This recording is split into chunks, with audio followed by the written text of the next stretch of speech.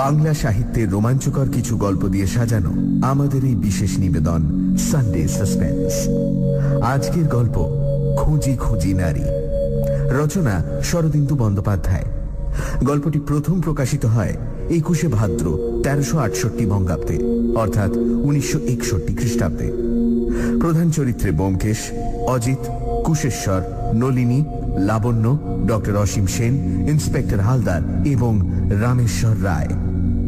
গল্প পাঠে মীর এবং দীপ। শুরু হচ্ছে খুঁজি খুঁজি নারী।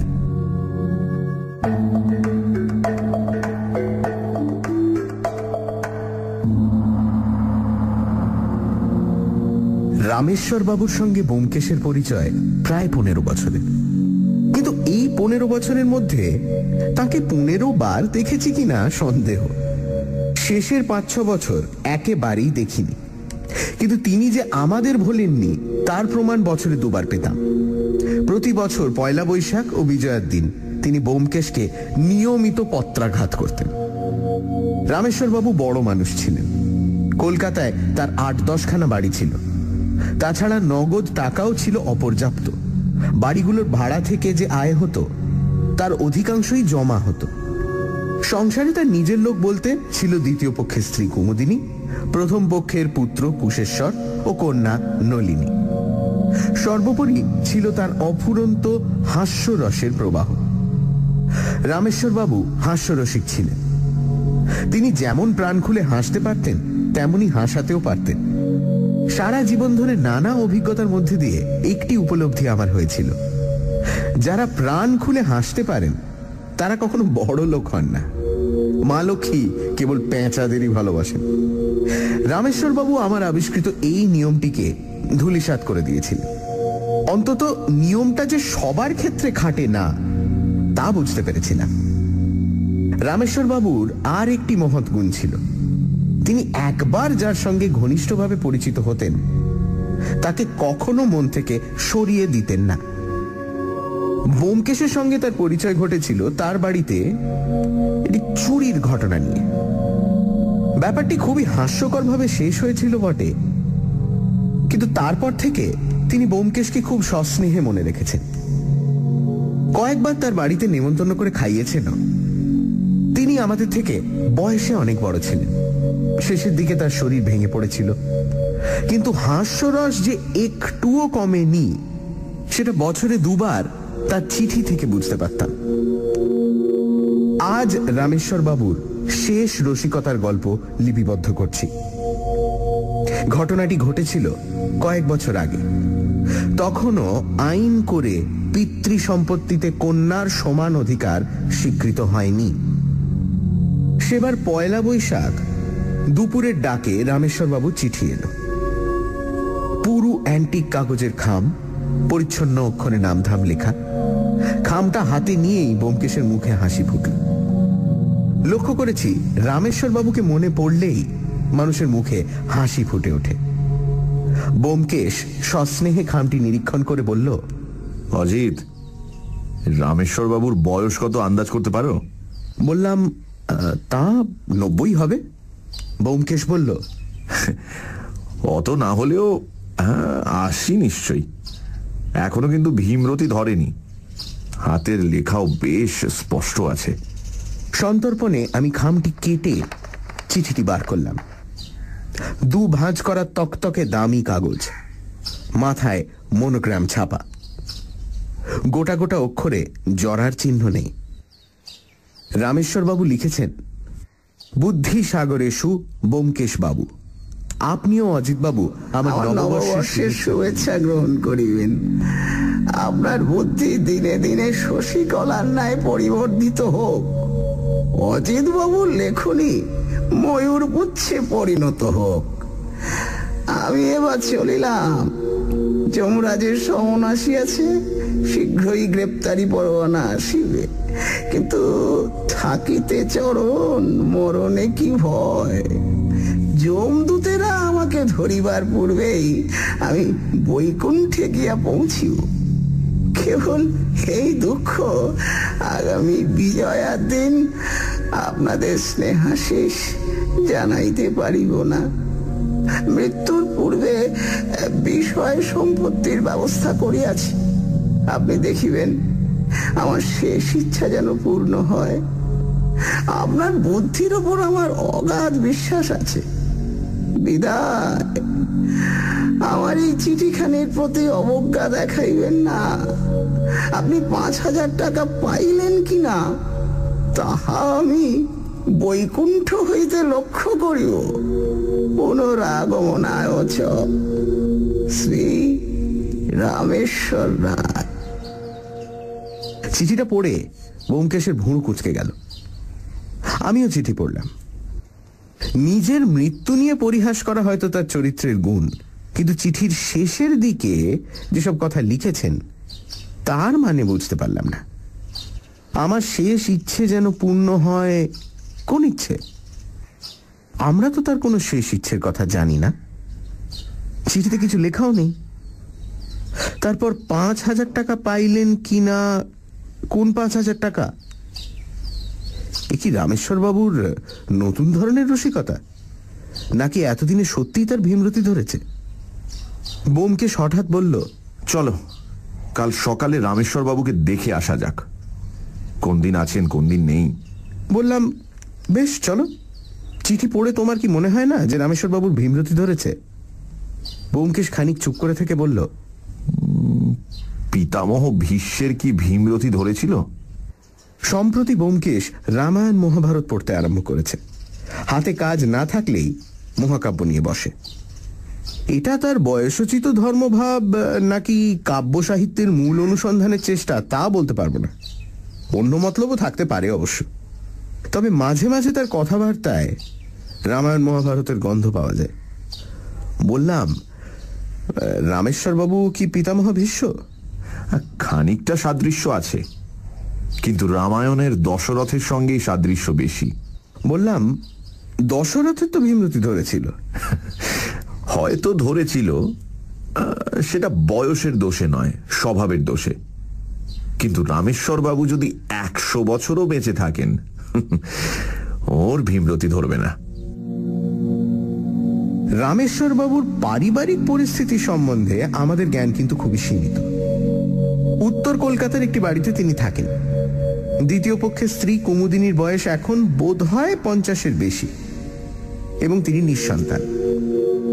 প্রথম পক্ষের পুত্রের নাম সম্ভবত রামেশ্বরবাবু নিজের নামের সঙ্গে মিলিয়েই কুশেশ্বর রেখেছিলেন। কুশেশ্বরের বয়সও ৫০-এর কম নয়। মাথায় কিছুটা পাকা চুল, কিছুটা টাক। সে বিবাহিত, কিন্তু সন্তান সন্ততি আছে কিনা বলতে পারবো না।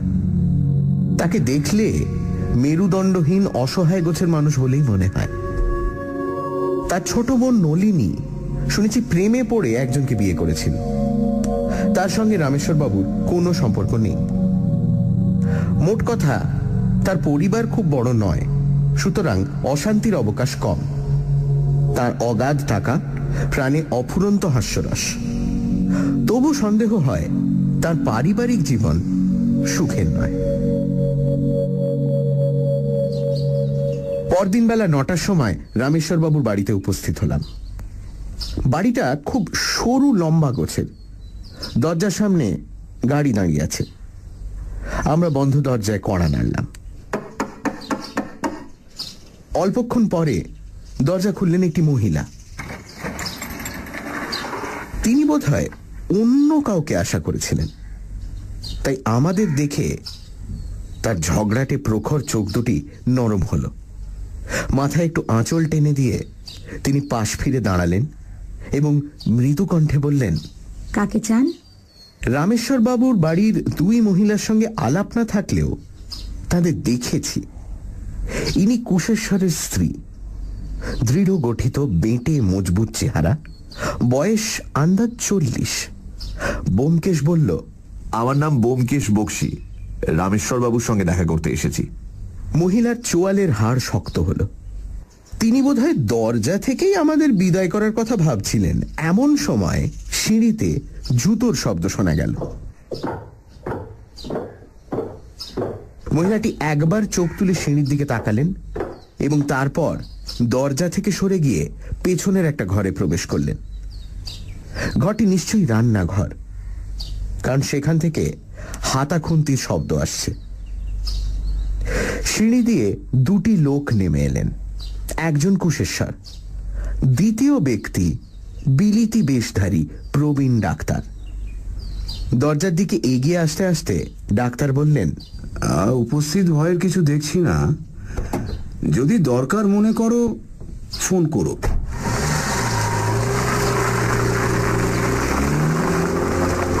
ডাক্তার গাড়িতে গিয়ে উঠলেন। গাড়ি চলে গেল। আমরা যে দরজার বাইরে দাঁড়িয়ে আছি, কুশেশ্বর এতক্ষণ তা লক্ষ্য করেনি। এখন ফ্যাল ফ্যাল করে তাকালো। তার টাক একটু বিস্তীর্ণ হয়েছে, অবশিষ্ট চুল আর একটু বেশি পেকেছে। ব্যোমকেশ বলল, আমাদের বোধহয় চিনতে পারছেন না। আমি ব্যোমকেশ বক্সী, আপনার বাবার সঙ্গে দেখা করতে চাই। কুশেশ্বর বিহ্বল হয়ে বলল, ব্যোমকেশ বক্সী? ও হ্যাঁ হ্যাঁ হ্যাঁ হ্যাঁ, চিনেছি বই কি।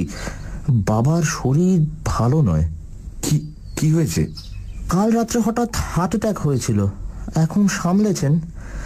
তার সঙ্গে দেখা করবেন? তা তিনি 3 তলার ঘরে আছেন। এই সময় রান্নাঘরের দিক থেকে জোরে ঠক ঠক শব্দ শুনে চমকে উঠলাম। কড়া আওয়াজ। আমরা তিনজনেই সেই দিকে তাকালাম। রান্নাঘরের ভিতর থেকে একটি অদৃশ্য হাত দরজার উপর সাঁড়াশি দিয়ে আঘাত করছে। কুশেশ্বরের দিকে চেয়ে দেখি তার মুখের ভাব বদলে গেছে। সে গলা ঝেড়ে বলল, বাবার সঙ্গে তো দেখা হতে পারে না, তার শরীর খুব খারাপ। ডাক্তার এসেছিলেন। ওদিকে ঠক ঠক শব্দ তখন থেমেছে।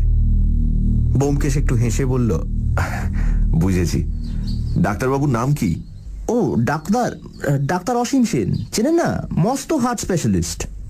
চিনি না, কিন্তু নাম জানি। বিবেকানন্দ রোডে বোধহয় ডিসপেন্সারি। হ্যাঁ হ্যাঁ। তাহলে কি রামেশ্বর বাবুর সঙ্গে দেখা হবে না? মানে ডাক্তারের হুকুম নেই আর কি। কতদিন থেকে ওর শরীর খারাপ যাচ্ছে? শরীর তো একরকম ভালোই ছিল, তবে অনেক বয়স হয়েছে, বেশি নাড়াচাড়া করতে পারেন না, নিজের ঘরেই থাকেন। কাল সকালে অনেকগুলো চিঠি লিখলেন, তারপর রাত্রিরে হঠাৎ।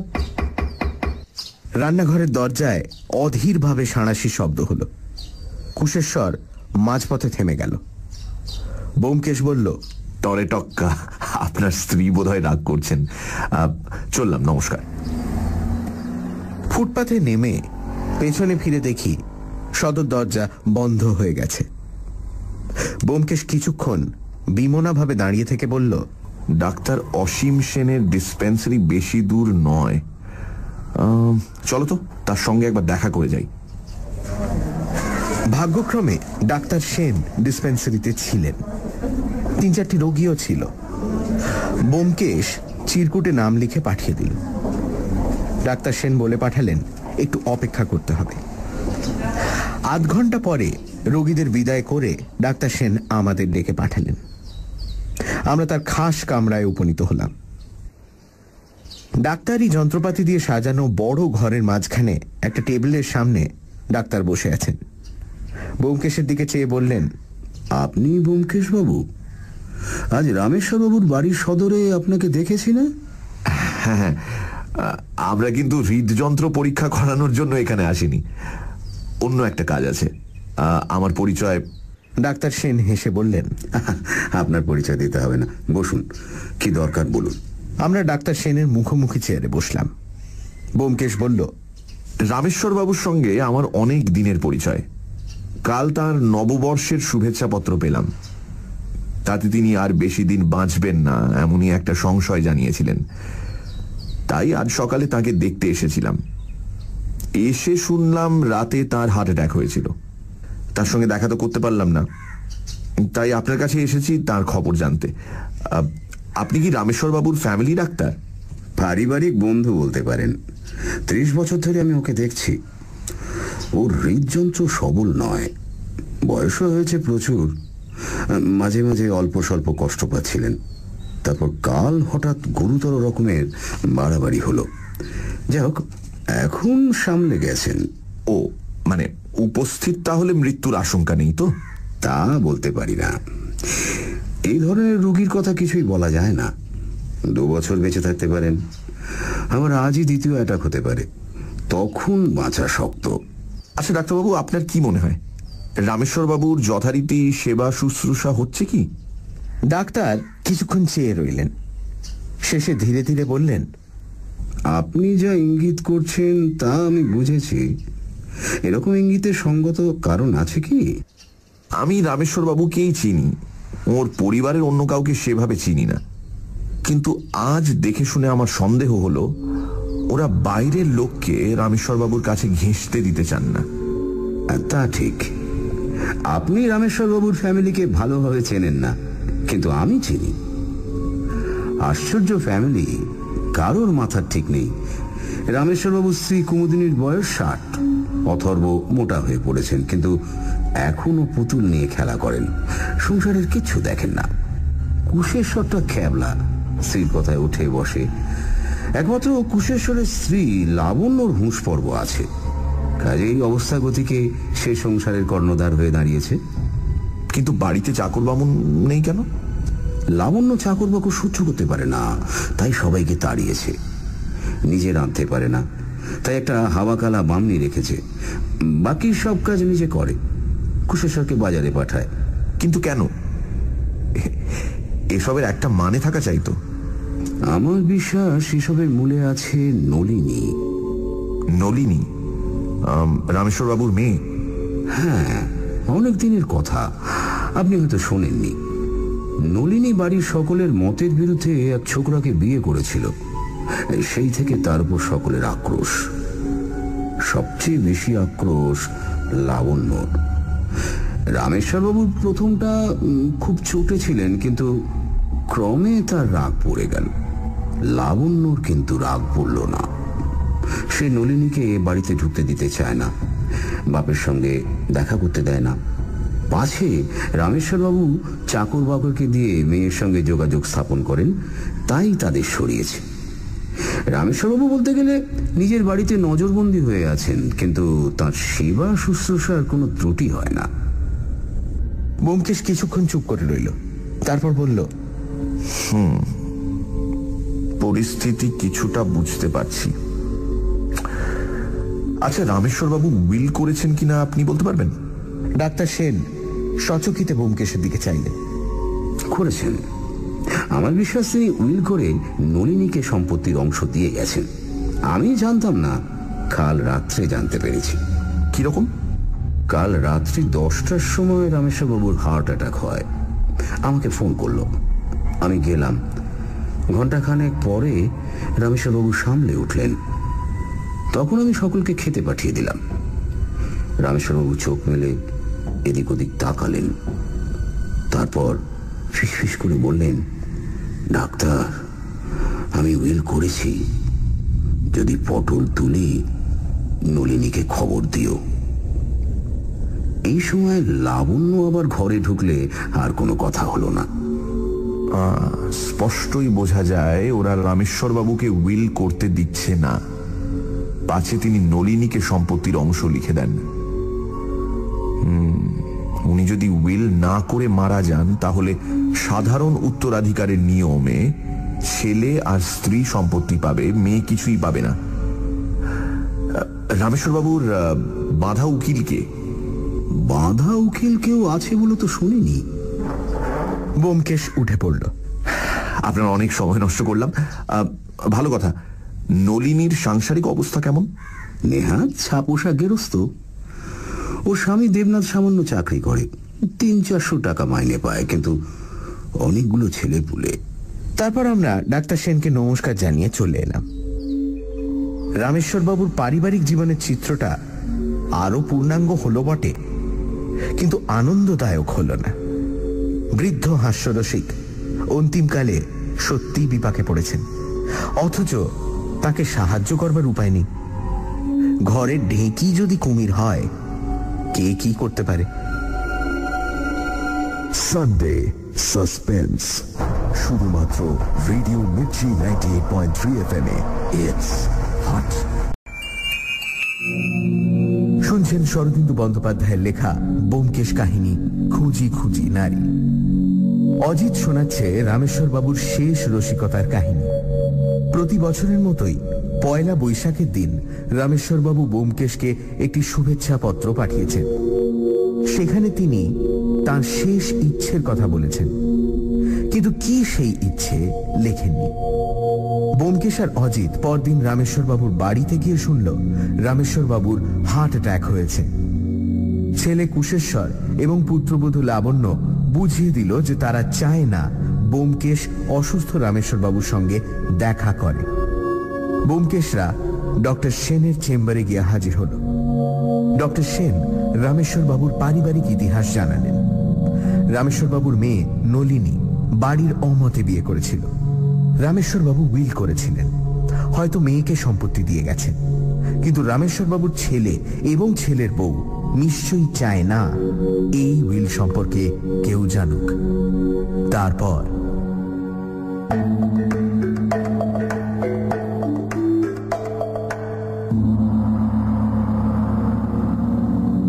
দিনাষ্টেক পরে একদিন দেখলাম সংবাদপত্রের পেছনের দিকের পাতায় এক কোণে রামেশ্বর বাবুর মৃত্যু সংবাদ ছাপা হয়েছে। তিনি বিখ্যাত ব্যক্তি ছিলেন না, কিন্তু তার টাকা ছিল। তাই বোধহয় তার মৃত্যু সংবাদ দৈনিক খবরের কাগজের পাতা পর্যন্ত পৌঁছেছে। ব্যোমকেশ খবরের কাগজে কেবল বিজ্ঞাপন পড়ে, তাই তাকে খবরটা দেখালাম। আজ রামেশ্বরবাবুর নাম উল্লেখে তার মুখে হাসি ফুটল না। সে অনেকক্ষণ চুপ করে বসে রইল। তারপর পাশের ঘরে গিয়ে টেলিফোনে কার সঙ্গে কথা বলল। সে ফিরে আসতে জিজ্ঞেস করলাম, কাকে? সে বলল, ডাক্তার অসীম সেনকে। পরশু রাতে রামেশ্বরবাবুর মৃত্যু হয়েছে। আবার হার্ট অ্যাটাক হয়েছিল। ডাক্তার সেন উপস্থিত ছিলেন, কিন্তু বাঁচাতে পারলেন না। ডাক্তার স্বাভাবিক মৃত্যুর সার্টিফিকেটই দিয়েছেন। জিজ্ঞেস করলাম, তোমার কি সন্দেহ ছিল যে? ঠিক সন্দেহ নয়, তবে কি জানো, এরকম অবস্থায় একটু অসাবধানতা, একটু ইচ্ছাকৃত অবহেলা মারাত্মক হয়ে উঠতে পারে। রামেশ্বরবাবু মারা গেলে ওদের কারুরই লোকসান নেই, বরং সকলেরই লাভ। এখন কথা হচ্ছে, তিনি যদি উইল করে গিয়ে থাকেন এবং তাতে নলিনীকে ভাগ দিয়ে থাকেন, তাহলে সেই উইল কি ওরা রাখবে? পেলেই ছিঁড়ে ফেলে দেবে। সেদিন বিকেলে নলিনী ও তার স্বামী দেবনাথ দেখা করতে এলো। নলিনীর বয়স 40-এর কাছাকাছি। সন্তান সৌভাগ্যের আধিক্যে শরীর কিছু রোগা, কিন্তু তবুও যৌবন একেবারে সম্পূর্ণ মুছে যায়নি। দেবনাথের বয়স আন্দাজ 45। চেহারা এককালে সুশ্রী ছিল। হাত তুলে আমাদের নমস্কার করল। নলিনী সজল চক্ষে বলল, বাবা মারা গেছেন, তার শেষ আদেশ আপনার সঙ্গে যেন দেখা করি, তাই এসেছি। ব্যোমকেশ তাদের খাতির করে বসালো। সকলে বসবার পর বলল, একটা কথা বলুন, রামেশ্বরবাবুর শেষ আদেশ কবে পেয়েছেন আপনি? 1 বৈশাখ। এই দেখুন চিঠি। খামের ওপর কলকাতার একটি অপেক্ষাকৃত নিম্নবিত্ত অঞ্চলের ঠিকানা লেখা। চিঠিটি ব্যোমকেশকে যেরকম কাগজে চিঠি লিখেছিলেন সেই রকমই মনোগ্রাম করা কাগজ, কিন্তু আরো সংক্ষিপ্ত। কল্যাণী আসু, তোমরা সকলে আমার নববর্ষের আশীর্বাদ লইও। যদি ভালো মন্দ কিছু হয়, শ্রীযুক্ত ব্যোমকেশ বক্সী মহাশয়ের সঙ্গে দেখা করিও। ইতি শুভাকাঙ্ক্ষী বাবা। চিঠি লেখার মুন্সিয়ানা লক্ষণীয়। কুশেশ্বর ও লাবণ্য যদি চিঠিটি খুলে পড়েও থাকে, সন্দেহজনক কিছু পায়নি। ভালো মন্দ কিছু হয়, এর গূঢ় অর্থ যে নিজের মৃত্যু সম্ভাবনা, তা চট করে ধরা যায় না। সাধারণ বিপদ আপদ হতে পারে, তাই তারা চিঠিটি আটকায়নি। চিঠি ফেরত দিয়ে ব্যোমকেশ বলল, শেষবার কবে রামেশ্বরবাবুর সঙ্গে আপনার দেখা হয়েছিল? 6 মাস আগে। পুজোর পর বাবাকে প্রণাম করতে গিয়েছিলুম, সেই শেষ দেখা। তা বৌদি সারাক্ষণ কাছে দাঁড়িয়ে রইল, আড়ালে বাবার সঙ্গে একটা কথাও কইতে দিলে না। বৌদির সঙ্গে আপনার সদ্ভাব নেই? সদ্ভাব? বৌদি আমাকে 2 চোখে দেখতে পারেন না। কোনো কারণ আছে কি? কারণ আর কি, ননদ ভাজ, এই কারণ। বৌদি বাঁজা, আমার মা ষষ্ঠীর কৃপায় ছেলেপুলে হয়েছে, এই কারণ। ডাক্তার সেনের সঙ্গে সম্প্রতি আপনাদের দেখা হয়েছে? সেন কাকা কাল সকালে আমাদের বাসায় গিয়েছিলেন। তিনি বললেন বাবা নাকি উইল করে গেছেন। সেই উইল কোথায় আপনারা জানেন? কি করে জানবো? বাবাকে ওরা একরকম বন্দি করে রেখেছিল। বাবা অথর্ব হয়ে পড়েছিলেন, তেতলায় নিজের ঘর ছেড়ে বেরুতে পারতেন না। ওরা যক্ষীর মতো বাবাকে আগলে থাকতো।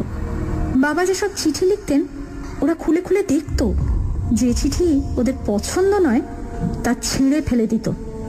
বাবা যদি উইল করেও থাকেন তা কি আর আছে, বৌদি ছিঁড়ে ফেলে দিয়েছে। রামেশ্বরবাবু বুদ্ধিমান লোক ছিলেন। তিনি যদি উইল করে গিয়ে থাকেন, নিশ্চয়ই এমন কোথাও লুকিয়ে রেখে গেছেন যে সহজে কেউ খুঁজে পাবে না। এখন কাজ হচ্ছে ওরা সেটা খুঁজে পাবার আগে আমাদের সেটা খুঁজে বার করা। হ্যাঁ ব্যোমকেশ বাবু, বাবা যদি উইল করে থাকেন নিশ্চয়ই আমাদের কিছু দিয়ে গেছেন, নইলে উইল করার কোনো মানে হয় না। কিন্তু এই অবস্থায় কি করতে হয় আমরা কিছুই জানি না। এই সময় দেবনাথ গলা খাঁকরানি দিয়ে প্রথম কিছু বলবার উপক্রম করল। ব্যোমকেশ তার দিকে চোখ ফেরালে সে একটু অপ্রতিভভাবে বলল, একটা কথা মনে হলো, শুনেছি উইল করলে দুজন সাক্ষীর দস্তখত দরকার হয়, কিন্তু আমার শ্বশুর দুজন সাক্ষী কোথায় পাবেন? ব্যোমকেশ বলল, আপনার কথা ঠিক, কিন্তু একটা ব্যতিক্রম আছে। যিনি উইল করেছেন তিনি যদি নিজের হাতে আগাগোড়া উইলটা লেখেন তাহলে তো সাক্ষীর দরকার হয় না। নলিনী উজ্জ্বল চোখে স্বামীর পানে চাইল। শুনলে, এই জন্য বাবা ওর সঙ্গে দেখা করতে বলেছিলেন। ব্যোমকেশ বাবু, আপনি একটা উপায় করুন। আমি চেষ্টা করব। উইল বাড়িতেই আছে, বাড়ি সার্চ করতে হবে। কিন্তু ওরা তো যাকে তাকে বাড়ি সার্চ করতে দেবে না। তাহলে পুলিশের সাহায্য নিতে হবে। ডাক্তার অসীম সেনকেও দরকার হবে। 2-4 দিন সময় লাগবে। আপনারা বাড়ি যান, যা করবার আমি করছি। উইলের অস্তিত্ব যদি থাকে আমি খুঁজে বার করবই। ব্যোমকেশ যখন সরকারি মহলে দেখাশোনা করতে যেত আমাকে সঙ্গে নিত না। আমারও সরকারি অফিসের গোলকধাঁধায় ঘুরে বেড়াতে ভালো লাগতো না। 2 দিন ব্যোমকেশ কোথায় কোথায় বেরিয়েছে তা জানি না। 3য় দিন সন্ধ্যায় বাসায় ফিরে এসে দীর্ঘশ্বাস ফেলে এসে বলল, সব ঠিক হয়ে গেছে। জিজ্ঞেস করলাম, কি ঠিক হয়ে গেছে? খানা তল্লাশের পরোয়ানা পাওয়া গেছে। কাল সকালে পুলিশ সঙ্গে নিয়ে আমরা রামেশ্বর বাবুর বাড়ি সার্চ করতে যাব। পরদিন সকালবেলা আমরা রামেশ্বর বাবুর বাড়িতে উপস্থিত হলাম। সঙ্গে 5-6 জন পুলিশের লোক এবং ইন্সপেক্টর হালদার নামে জনৈক অফিসার। আরে আরে কে আপনারা? আরে আরে বাড়িতে, আরে কুশেশ্বর প্রথমটায় একটু লম্ফঝম্প করেছিল। আরে বলেন কোথায়? তার স্ত্রী লাবণ্য আমাদের নয়নবন্যীতে ভস্য করবার চেষ্টা করল, কিন্তু কিছুতেই কিছু হলো না। ইন্সপেক্টর হালদার তাদের এবং বিধবা কুমুদিনীকে একজন পুলিশের জিম্মায় রান্নাঘরে বসিয়ে তল্লাশ আরম্ভ করলেন। 3 তলা বাড়ির কোনো তলাই বাদ দেওয়া হলো না। 2 জন নিচের তলায় তল্লাশি চালালো, 2 জন দোতলায় কুশেশ্বর ও লাবণ্যের ঘরগুলি অনুসন্ধানের ভার নিল, এবং ব্যোমকেশ, ইন্সপেক্টর হালদার ও আমি 3 তলায় গেলাম। রামেশ্বর বাবু 3 তলায় থাকতেন, সুতরাং সেখানেই উইল খুঁজে পাওয়ার সম্ভাবনা বেশি।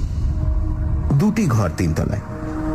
ছোট ঘরটি গিন্নি শোয়ার ঘর, বড় ঘরটি একই সঙ্গে রামেশ্বর বাবু শোয়ার ঘর এবং অফিস ঘর। এক পাশে তার খাট, অন্য পাশে টেবিল, চেয়ার, বইয়ের আলমারি প্রভৃতি। এই ঘর থেকে একটি সরু দরজা দিয়ে স্নানের ঘরে যাওয়ার রাস্তা। আমরা তল্লাশি আরম্ভ করলাম। তল্লাশের বিস্তারিত বিবরণের প্রয়োজন নেই। 2টি ঘরের বহু আসবাব, খাট, বিছানা, টেবিল, চেয়ার, আলমারির ভেতর থেকে এক টুকরো কাগজ খুঁজে বার করতে হবে। সুতরাং পুঙ্খানুপুঙ্খ রূপেই তল্লাশি করা হলো। তল্লাশ করতে করতে একটা তথ্য আবিষ্কার করলাম। আমাদের আগে আর এক দফা তল্লাশ হয়ে গেছে। কুশেশ্বর এবং তার স্ত্রী উইলের খোঁজ করেছে।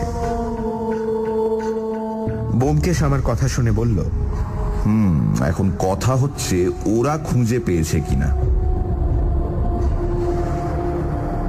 সানডে সাসপেন্স, শুধুমাত্র radio Mirchi 98.3 FM A. It's hot. শুনছেন শরদিন্দু বন্দ্যোপাধ্যায়ের লেখা ব্যোমকেশ কাহিনী খুঁজি খুঁজি নারী। রামেশ্বর বাবু মারা গেছেন। তার মেয়ে নলিনী বাবার একটি চিঠি নিয়ে ব্যোমকেশের সঙ্গে দেখা করল। চিঠিতে বাবা নলিনীকে ব্যোমকেশের সঙ্গে দেখা করার আদেশ দিয়েছেন। নলিনী জানালো বৌদির সঙ্গে তার কোনো সদ্ভাব নেই এবং বাবাকে তারা প্রায় একরকম বন্দি করে রেখেছিল। তবে উইল তিনি নিশ্চয়ই একটা করে গেছেন। কয়েকদিন পর ব্যোমকেশরা একটা সার্চ ওয়ারেন্ট নিয়ে রামেশ্বর বাবুর বাড়িতে হাজির হলো। 3 তলা বাড়ি তন্ন তন্ন করে খোঁজা হলো, কিন্তু কিছুই পাওয়া গেল না। তল্লাশি করতে গিয়ে এটা বোঝা গেল যে কুশেশ্বর এবং তার স্ত্রী লাবণ্য এর আগে এক প্রস্ত খুঁজেছে। প্রশ্ন হচ্ছে উইলটা ওদের হাতে পড়েছে কিনা। তারপর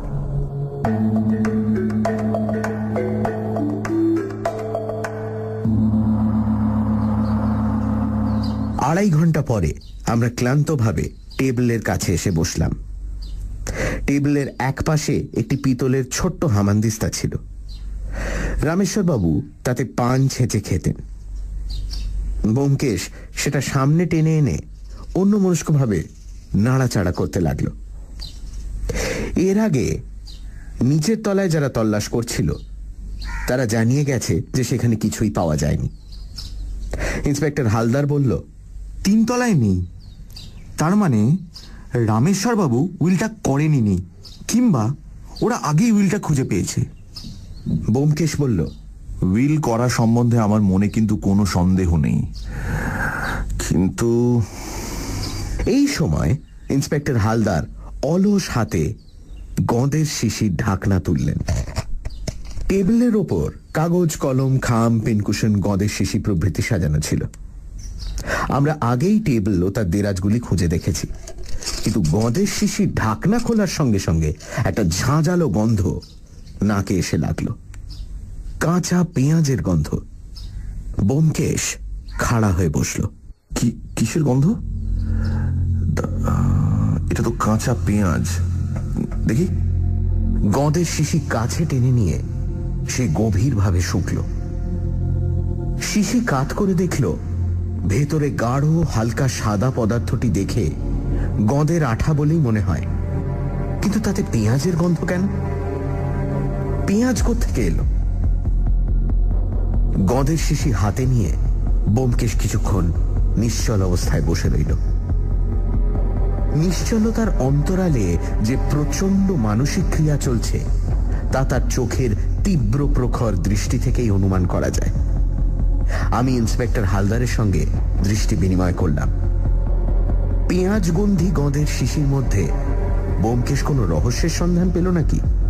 ইন্সপেক্টর হালদার, দয়া করে একবার কুশেশ্বরের স্ত্রীকে ডেকে আনবেন। অল্পক্ষণ পরে লাবণ্য প্রতি পদক্ষেপে বিদ্রোহ ঘোষণা করতে করতে ঘরে প্রবেশ করল। ব্যোমকেশ দাঁড়িয়ে নিজের চেয়ারটি দেখিয়ে দিয়ে বলল, বসুন, আপনাকে একটা প্রশ্ন করব। লাবণ্য বসল। তার চোয়ালের হাড় শক্ত, চোখে কঠিন সন্দিগ্ধতা। 3 জন অপরিচিত পুরুষ দেখেও তার দৃষ্টি নরম হল না।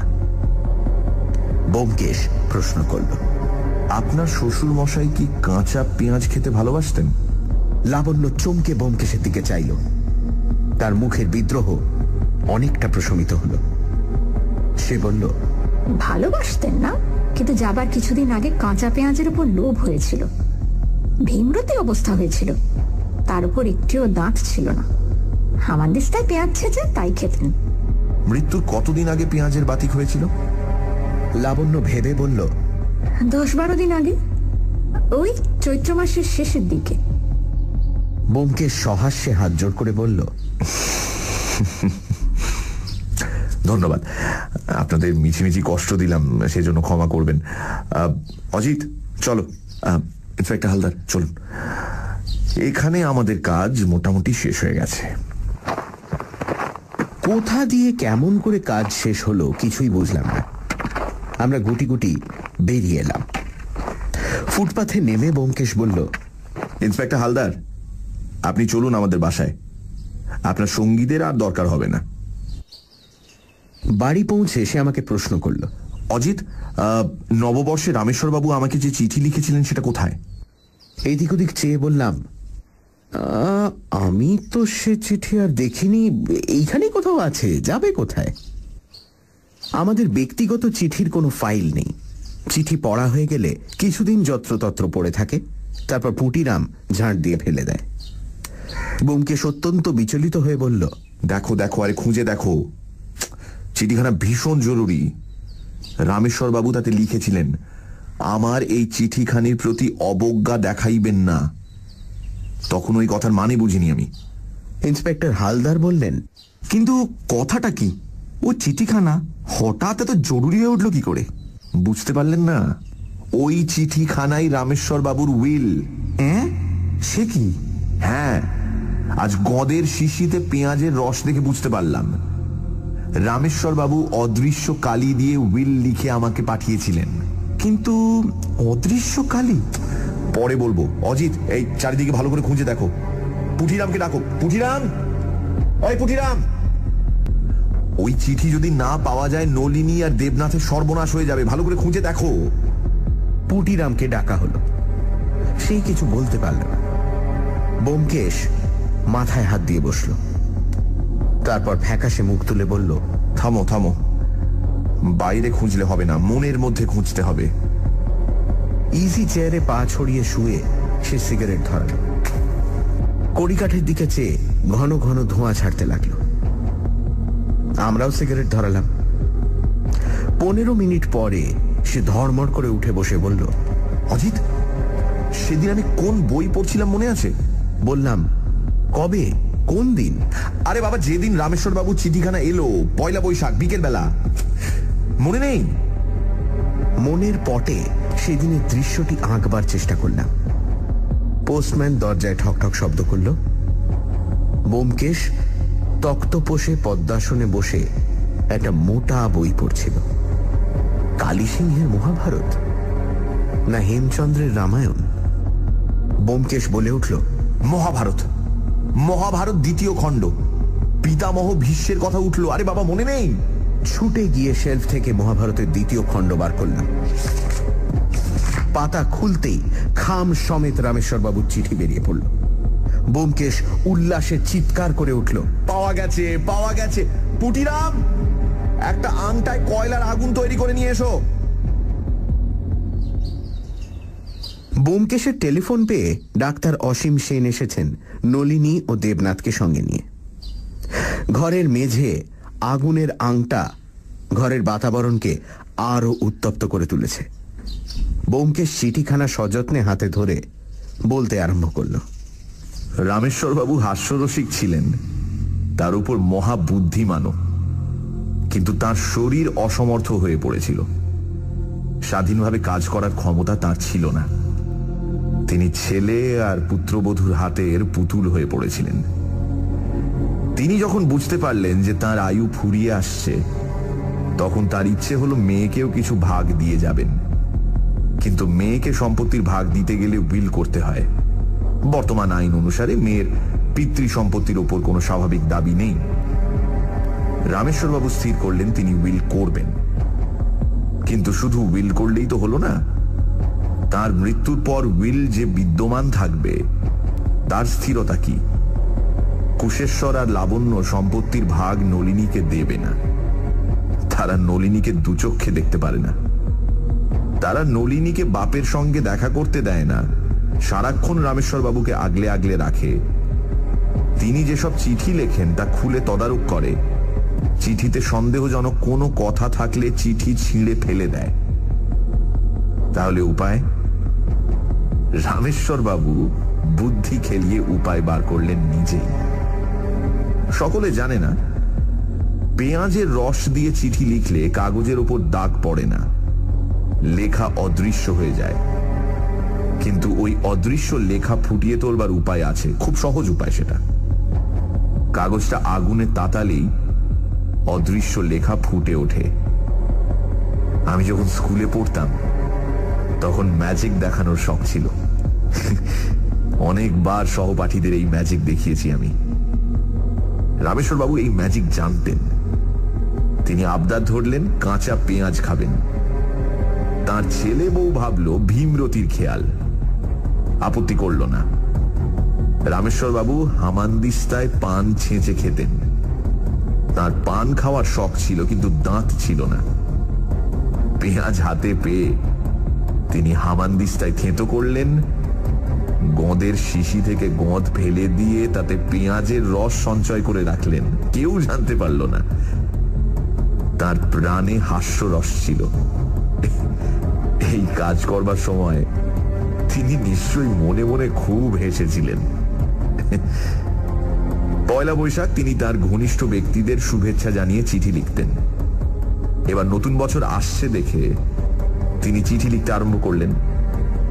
আমাকে প্রতি বছর চিঠি লেখেন, এবারও লিখলেন। তারপর চিঠির উল্টো পিঠে অদৃশ্য পেঁয়াজের রস দিয়ে উইল লিখলেন। এই সেই চিঠি আর উইল। ব্যোমকেশ খাম খুলে সাবধানে চিঠি বার করল। চিঠির ভাঁজ খুলে দুহাতে তার দুই প্রান্ত ধরে আংটার আগুনের ওপর ধীরে ধীরে সঞ্চালিত করতে লাগলো। আমরা শ্বাস রুদ্ধ করে সেই দিকে তাকিয়ে রইলাম। 1 মিনিট রুদ্ধশ্বাস থাকবার পর আমাদের সকলের নাক থেকে জোরে নিঃশ্বাস পড়ল। কাগজের পিঠে বাদামি রঙের অক্ষর ফুটে উঠেছে। 5 মিনিট পরে কাগজখানি আগুনের ওপর থেকে সরিয়ে ব্যোমকেশ একবার তার উপর চোখ বুলিয়ে তারপর তা ডাক্তার সেনের দিকে বাড়িয়ে দিল। ডাক্তার সেন, রামেশ্বর বাবু আপনাকে যে উইলের কথা বলেছিলেন, এই সেই উইল। পড়ুন, আমরা সবাই শুনব। ডাক্তার সেন একবার উইলটা মনে মনে পড়লেন। তার মুখে শরণাত্মক হাসি ফুটে উঠল। তারপর তিনি গলা পরিষ্কার করে গম্ভীর কণ্ঠে পড়তে আরম্ভ করলেন। নমো ভগবতে বাসুদেবায়। আমি শ্রী রামেশ্বর রায়, সাকিম, 17 নম্বর শ্যামধন মিত্র লেন, বাগবাজার, কলিকাতা, অদ্য সুস্থ শরীরে এবং বহাল তবিয়তে আমার শেষ উইল লিখিতেছি। অবস্থা গতিকে উইলের সাক্ষী জোগাড় করা সম্ভব হইল না, তাই নিজ হস্তে আগাগোড়া উইল লিখিতেছি। আমার বুদ্ধিভ্রংশ বা মস্তিষ্ক বিকার হয় নাই। ডাক্তার অসীম সেন তাহার সাক্ষী। এখন আমার শেষ ইচ্ছা, অর্থাৎ লাস্ট উইল অ্যান্ড টেস্টামেন্ট লিপিবদ্ধ করিতেছি। কলিকাতায় আমার যে 8টি বাড়ি আছে এবং ব্যাংকে যত টাকা আছে তার মধ্যে হ্যারিসন রোডের বাড়ি এবং নগদ 75,000 টাকা আমার কন্যা শ্রীমতী নলিনী পাইবে। আমার স্ত্রী শ্রীমতী কুমোদিনী যাবজ্জীবন আমার শ্যামপুকুরের বাড়ির উপসত্ত্ব ভোগ করিবেন।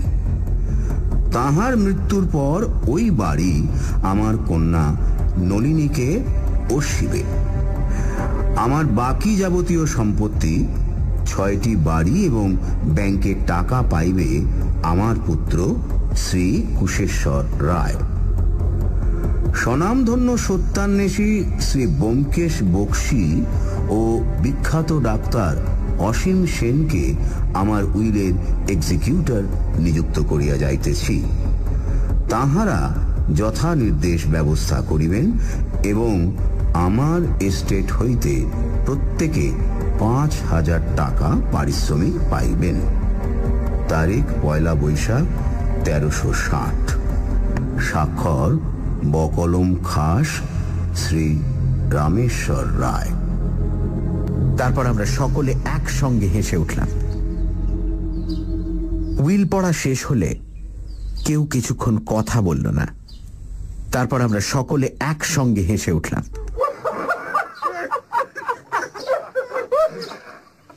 নলিনীর চোখে জল। ছুটে এসে সে ব্যোমকেশকে প্রণাম করল। গদগদ স্বরে বলল, ব্যোমকেশ বাবু, আপনি আমাদের নতুন জীবন দিলেন। ব্যোমকেশ করুণ হাসি হেসে বলল, তা তো দিলাম, কিন্তু এই উইল কোর্টে মঞ্জুর করানো যাবে কি? ইন্সপেক্টর হালদার এসে সবেগে ব্যোমকেশের করমর্দন করে বললেন, আপনি ভাববেন না ওরা উইল কন্টেস্ট করতে সাহসই করবে না।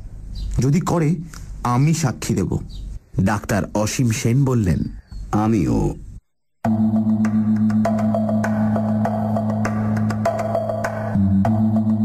শুনছিলেন খুঁজি খুঁজি নারী। রচনা শরদিন্দু বন্দ্যোপাধ্যায়। ব্যোমকেশ মীর, অজিত দীপ। অন্যান্য ভূমিকায় ডাক্তার অসীম সেন ও রামেশ্বর বাবু, শঙ্করী প্রসাদ মিত্র, কুশেশ্বর পুষ্পল, নলিনী শ্রী, লাবণ্য ইন্দ্রাণী, ইন্সপেক্টর হালদার জ্যোতির্ময়, দেবনাথ রিচার্ড। গল্পের সূত্রধার দীপ। শব্দগ্রহণ, আবহ সঙ্গীত এবং স্পেশাল এফেক্টসে রিচার্ড। পরিকল্পনা ও পরিচালনায় ইন্দ্রাণী।